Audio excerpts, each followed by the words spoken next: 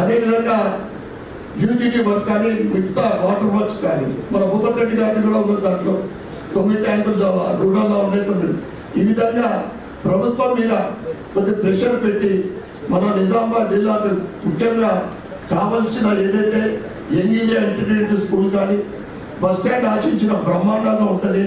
ఎందుకంటే జిల్లా కేంద్రంలో సిటీ బ్యూటిఫికేషన్ లేదు, బస్ స్టాండ్ అన్నా కానీ బాగుండాలని మేము కోరుకున్నాం.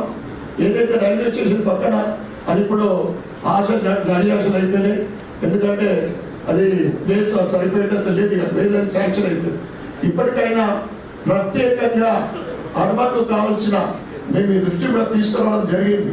వీటిపైన అభివృద్ధికి అర్బన్ కోసము ప్రత్యేకమైన దృష్టి పెట్టి ప్రజాపాలన కాకుండా, అంటే ప్రజాపాలన 99లో పనిచేయాలని కూడా కొంతమంది అనుకుంటున్నారు, ఆ తర్వాత పనిచేయకుండా నడుస్తుంది కాదు.